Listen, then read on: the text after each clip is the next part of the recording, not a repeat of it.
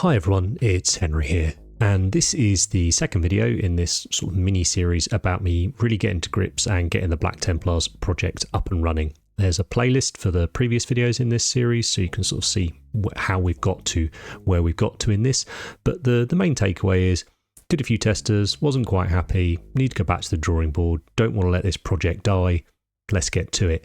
I massively appreciated all the comments on the previous video, and one of them that was made quite often was a lot of you really enjoyed the Ultramarines Brutalis Dreadnought I did. I'll pop a link up to that in the corner, and I said I was going to strip that and convert it and turn it into a Black Templars one, and the comments range from, oh no, don't do that, it's really cool, to stop being cheap and go and buy another Dreadnought. So I appreciate all of that, and you've saved the Dread. The Dread can stay. It's always nice whenever we go to shows and things like that. We tend to take a few videos, a few miniatures that we've featured in videos over on Patreon or featured on videos over here on YouTube, just for people to see, because stuff always does look different in the hand, and you can often analyse things a little bit better when you've got the model in your hand and maybe help you understand what you've seen before. But yeah, so the Brutalis gets a stay of execution. I think maybe what could be a really fun video in maybe the next or the batch after that for this army project will perhaps be the 3 dreadnoughts, so the Brutalis, the Ballistus, and whatever the normal Redemptor's called, but the 3 new big dreadnoughts. That could be a fun little chapter to add into this whole project series, and I like all those models, so it'd be a ton of fun. But I needed to replace it with something because I didn't just want to do like a 5-man squad and a character model, so I decided to use the Flamer squad. I don't actually know what they're called, probably Infernus or something like that, Inferno, something like it'll be something like that, but basically the squad with all the Flamers from the recent 40k Leviathan box, and I kind of figured they felt very Templary. And I really like the Sergeant model. I think it's really cool the way he's striding forward, drawing his blade and stuff. And I thought that'd be that kind of fits with the assault theme. And I'd like to do the batches in kind of like themed batches. So the next one maybe we'll do a bunch of Terminators and a transport for them, and then the Dreadnoughts, and then a ton of Chaplains and bits and bobs like that. So I took them out. I've converted them or kit bashed them up, much the same as I've done with the other pieces. I've trimmed off the chest eagles on them, so I can either replace that with decals, or I can just leave them blank, or I can add some rivets. I've put the Mark 7 heads on them, and that's about it really for these guys. I don't think I did much more to them. Just tried to take my time prepping well. Inevitably I've missed mould lines, as I think we all do. I hope we all do. I'm sure I can't be as bad at it as I think I am, but it is frustrating when it happens. But for me, the process tends to be, scrape them off with a knife, sand them with a sanding sponge, run some extra thin Tamiya glue over them, sand that back as well. That tends to do the job for sort of smoothing them out. But also, I'm not going to stress that this is a gaming army. It's meant to look cool as a whole. If I've missed 1 or 2 little mould lines here and there on basic troops and stuff, even the characters, as long as it's not super visible, it simply doesn't bother me that much. It might bother other people, but it's not their army. So yeah, that's my approach to it. Someone mentioned that before. So once I've got everything ready, prepped, primed up, it was time to move on to getting the colours back on them. Now, as I mentioned in the last video, this second one, or this little mini-series, is really just to give me a chance to get a bunch of stuff done, rather than just, bashing out one video a week on one small thing. So I thought, other than sort of updating you and then answering some of your questions, which we'll do in a little bit, I thought I'd take the opportunity to show you an airbrush that Harder Steenbeck have sent through to us recently. Now, for those of you that might not be aware, we did a project with Harder Steenbeck 6 years ago, when they were sort of looking to come into the sort of miniatures painting market. And we created a couple of signature series brushes with them. We designed a trigger to use with it, and all the rest of it. It's been really successful, and since then we've gone on to see other educators and influencers and stuff getting sort of signature brushes and stuff. So really proud to have been involved in all of that, and consequently, we're a Harder Steenbeck artist, and they will send us things through for testing and review and all the rest of it. And recently, they have updated their sort of entry-level brush, which is called the Ultra, and they sent it through for us to have a look at. So I thought, do you know what, I will pull it out of the box, first time on camera, let's see what's going on. One of the big unique elements is this twisting collar that you can see that I'm playing around with here, and effectively it stops you pulling the trigger back at different distances. It's like a backstop, really. So what it does is, for someone who has never really used the airbrush before, they can limit how bigger that spray is going to come out the end of the brush by simply twisting it around, and they've labelled it things like prime, base coat, first highlight, second highlight, third highlight, that sort of thing, which I think is a really clever idea. And I think this brush, particularly if you are new to airbrushing and perhaps you just want to get it done, you're not overly worried about learning loads of nuance and stuff with it, it's a really, really good feature. Another one they've done is they've made the front very easy to clean. You see, you can get your paintbrush in there to clean the needle off, so you're not going to get tip dry, so you're going to avoid the blockages that are associated with that. And because the needle guard is integral to the air cap, you can't remove it. That's really, really important. They're always really cross at us because we remove our needle guards, but I know they're a good idea. They protect your needles, all the rest of it. So you can't remove that one, but very easy to get in and clean it.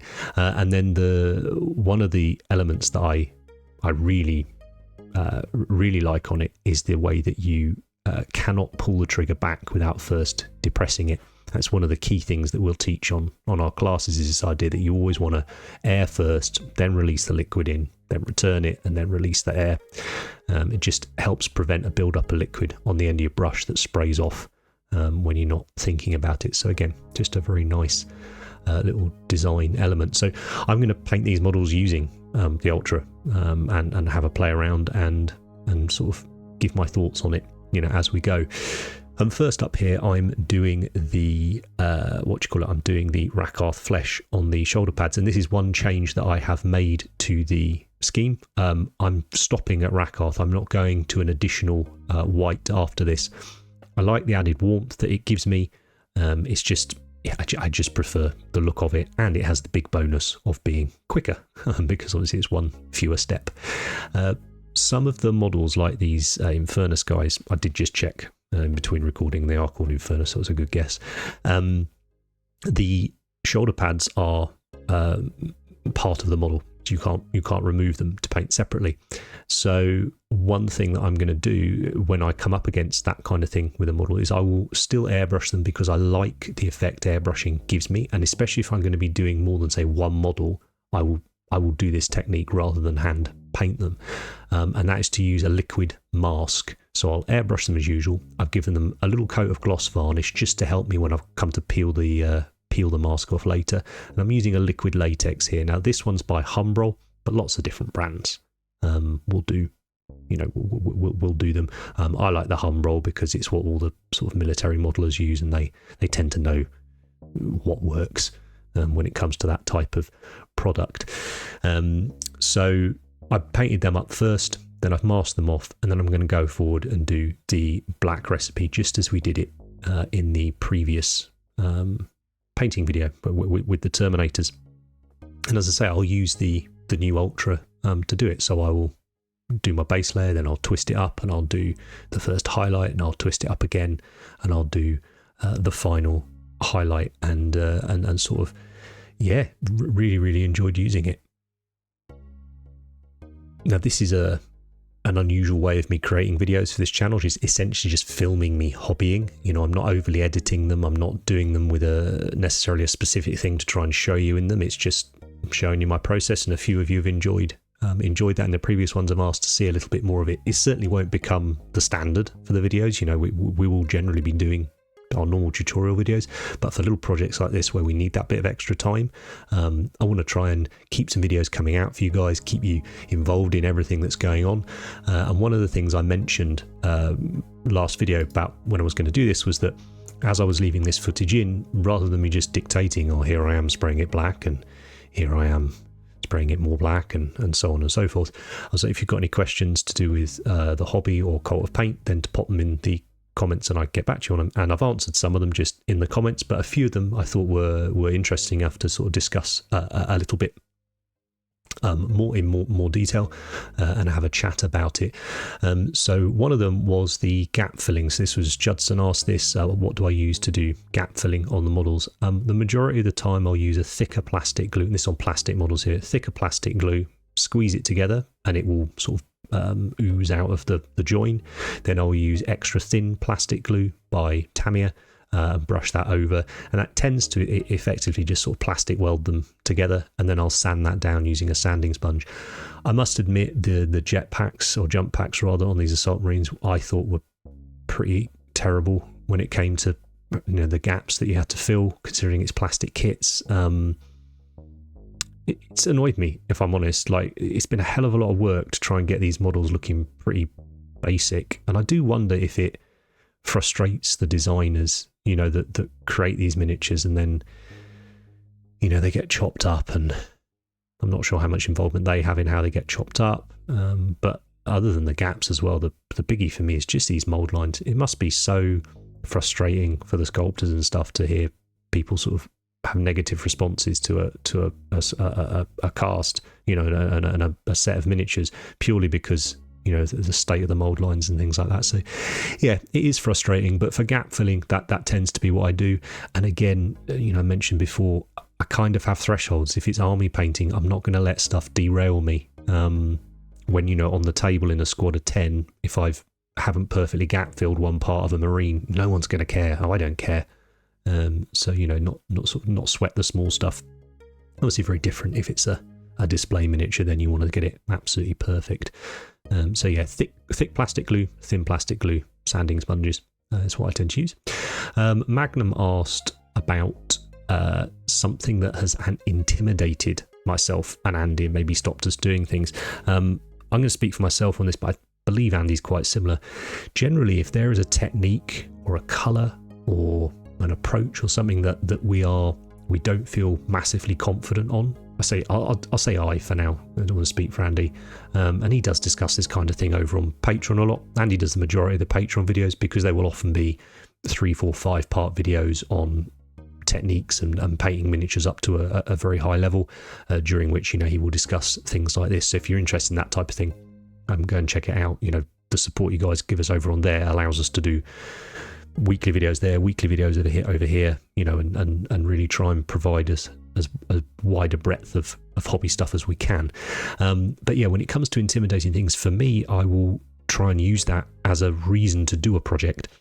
So let's say I always thought black armor was difficult. Well, I'll pick an army that has black armor. It might not even be an army, it might just be a kill team or something like that, and I'll paint it and learn it. There's so many good resources out there, whether that's books, whether that's video tutorials, whether that's private tuition, whether that's painting classes. There tends to be ways to educate yourself on it. So I will tend to, anything I find difficult, I will tend to make a focal point of whatever the next project I do. So let's say it's cloth, right? I'll pick an army or a project that features tons and tons of cloth, so that by the end of that project, I know that I will be better. I'll also hopefully have a squad or a unit or a war band or maybe even an army at the end of it, which is nice. I enjoy gaming, so I've got something to do with those miniatures.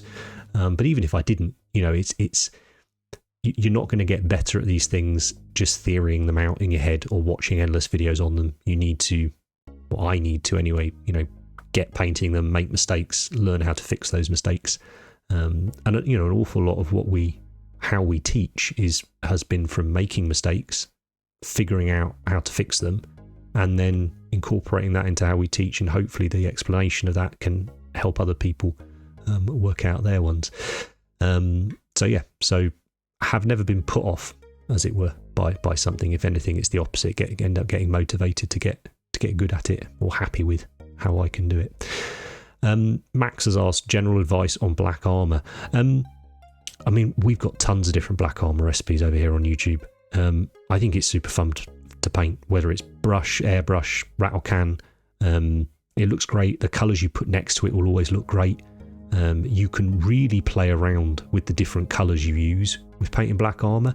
I think there's probably a limit. I think you can maybe get a bit too clever with stuff sometimes, particularly on an army painting sort of level. But yeah, I mean, black armor is just a ton of fun. Black armor, yellow armor, white armor, all these things that maybe you've heard of as being traditionally, difficult to do, as it were. Just don't believe it.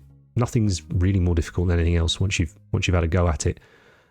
So yeah, if you like black armor, there's a million different recipes and tutorials out there, which will go into more depth on it.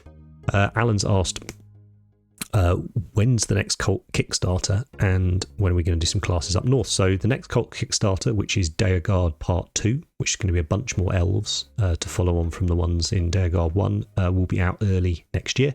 Everything's done for that. We've been sitting on it for ages. We're really, really excited about it. So yeah, hopefully we'll be showing. We actually showed off one of the miniatures on the podcast the other week. But yeah, you'll be seeing more of that in the new year. More 54mm models.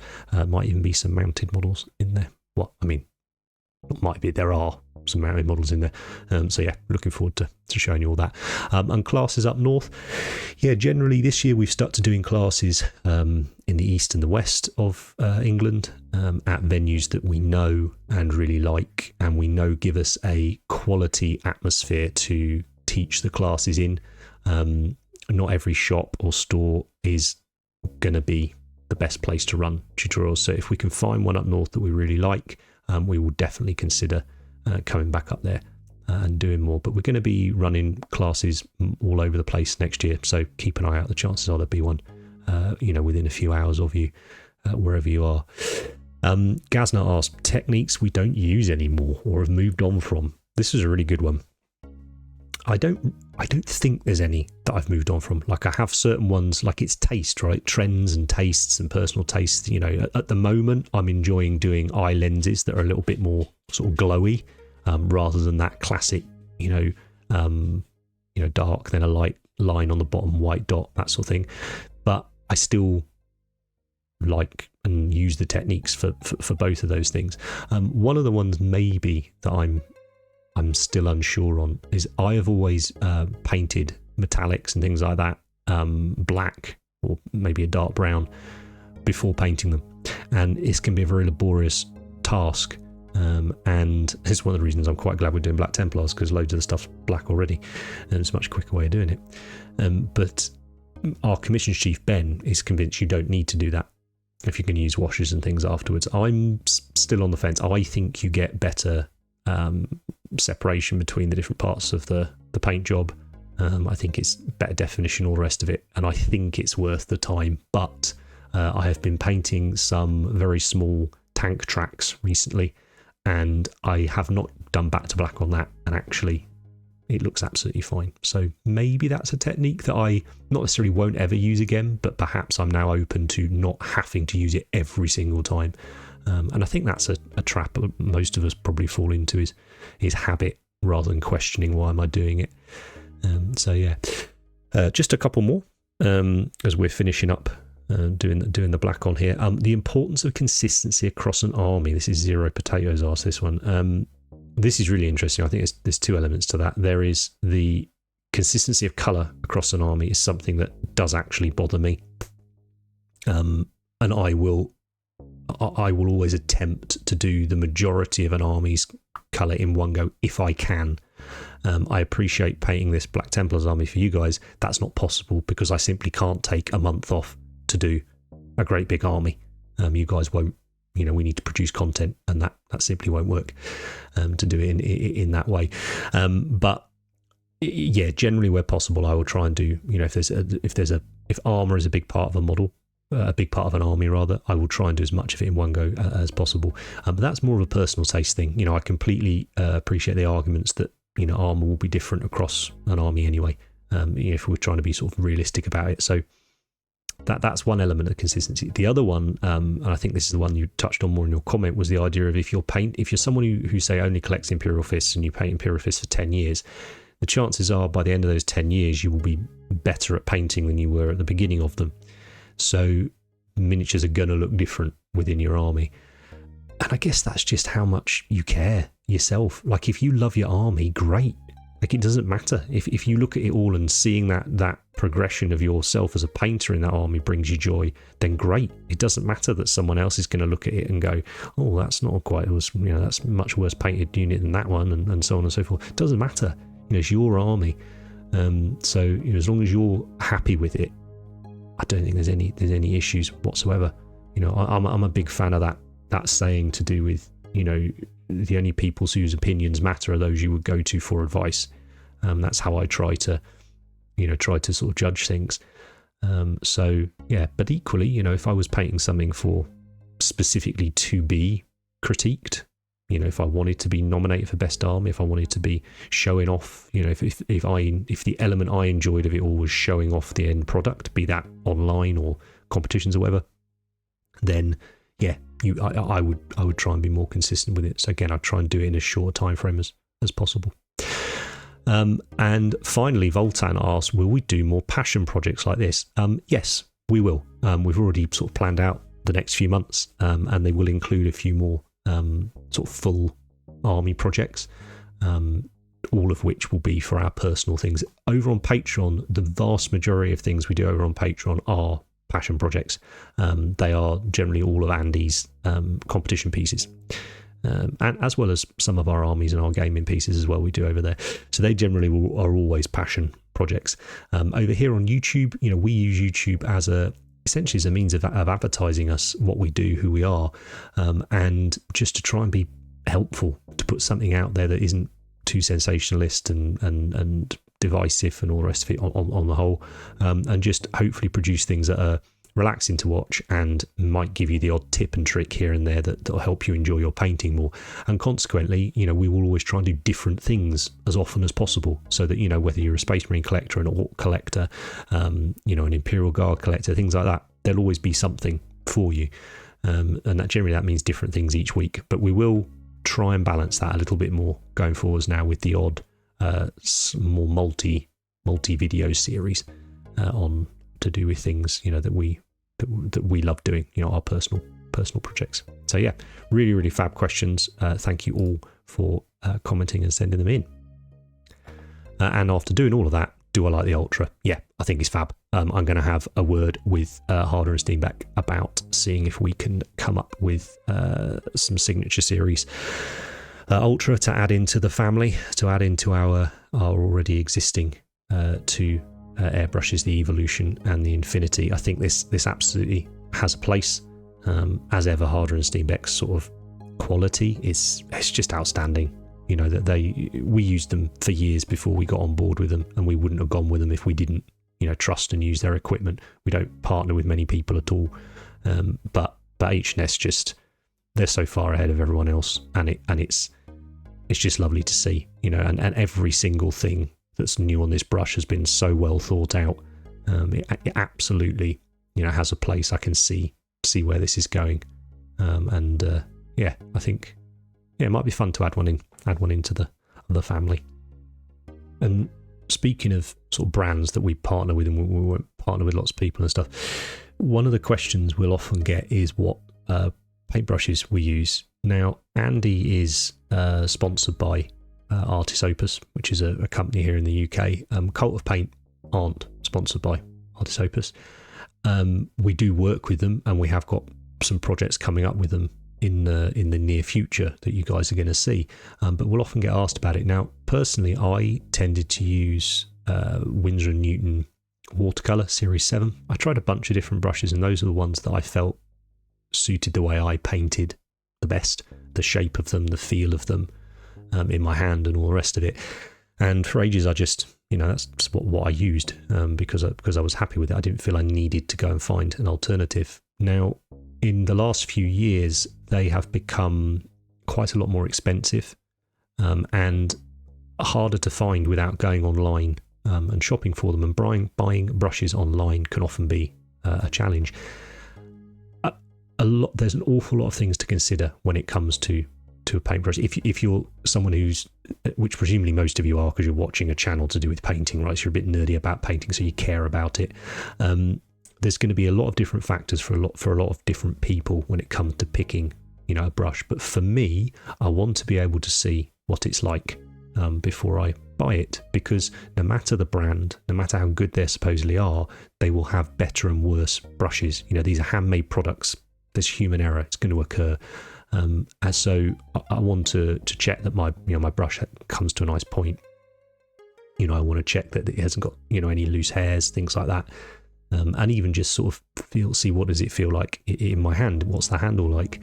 And as I say, I wasn't really able to do this with Windsors so much anymore. And obviously knowing Artis Opus and the fact that they are in so many of the hobby stores, I was able to try them out. I was like, oh, do you know what? They are different to a Windsor. The belly of the brush isn't quite as big. They're a little less firm than a Windsor, so I'm maybe a bit heavy-handed. So I found that the additional flex initially when I used an AO brush was took a little bit of getting used to. But I sort of bought a few and I played around with them, and the fact was that for the money and for the accessibility of them, I found it really hard to beat. Now, it also helps the fact that I admire the company. They're a UK company. I really love what AO have become in the last couple of years.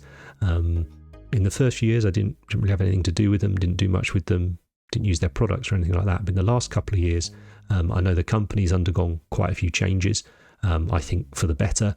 And the stuff they are producing, for me, is of a quality that's high enough that I want to support it as a company, as well as enjoy, using their products. So those are the brushes that I am using 9 out of 10 times now, are the AO brushes, so Series S and Series M, which is their sort of stubbier ones.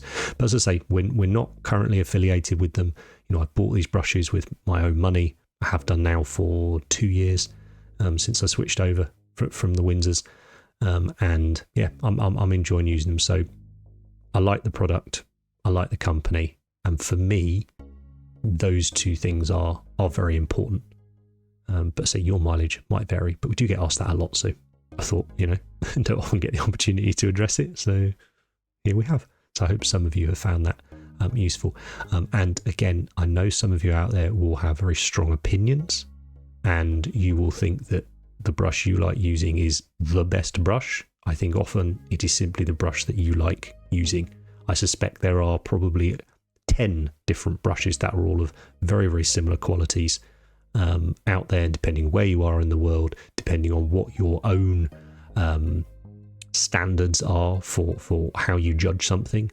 There will be a great brush for you, but I just try and bear in mind that it won't necessarily be the best brush for everybody.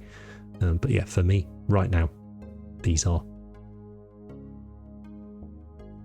So one of the longest stages of the process I find for me is adding decals. It's also one of the steps that I enjoy the most, but it does take time. A lot of that's to do with the drying time of the products used to apply them. So it tends to be good to do at the end of the session and leave them overnight, but also just the sheer mechanics of doing it, cutting them out, placing them. And in this case, I like with the Templars that you don't really have to be particularly uniform. And I am not caring about official markings at all with this. One of the inspirational things I found from that piece of John Blanche artwork was they're all wearing whatever they want, right? It's almost like heraldry rather than being more sort of tactical unit markings. So on the whole, that's how I'm going to approach it. On the Assault Marines, though, I have used like the Assault symbol and the Executioner Axe symbol because I think they're cool, and I kind of like the idea of a squad might have their own little squad heraldry, as it were, which is sort of what I interpret that as. But I like the idea that they can all kind of have different things on them, and also that generally, if they've got a spare bit of armour, they'll probably stick a Templars cross on there, which is what they do. Now, I don't like to be too negative on the channel, but I have had some really poor experiences recently with decals, waterslide transfers, and that has been the sheets that I've got in all the different Templars kits that I've bought. And I did this on the Terminators. If you watch that video, you'll know that they didn't come out right, and I had used decals from other manufacturers and Games Workshop, in fact, from other decal sheets that had worked absolutely fine. So I thought with these, right, I'll give them one last go. I'll try the other sheet that I've got, because I say I've got a bunch of these Templars ones, and obviously they've got the crosses on, and you need a lot of them. And I used them, and they've done exactly the same thing. Again, I don't know what it is, but the quality of the film that they are printed on I think must be just bad. You can see this sort of shiny frosting around the edges where you can still see the film. And I'm someone who has done thousands of decals. I'm very confident in it. I follow the process from the manufacturers every time, and generally I will always get very nice results from them. And on the same models, I'm using different brands of decals, and those ones are working fine, and these ones aren't. And I thought to myself, I wonder if it's just me. So I went on and looked at other people's Black Templars models online, and I can spot where they've used these decals that it's done the same thing. And I'm just really disappointed.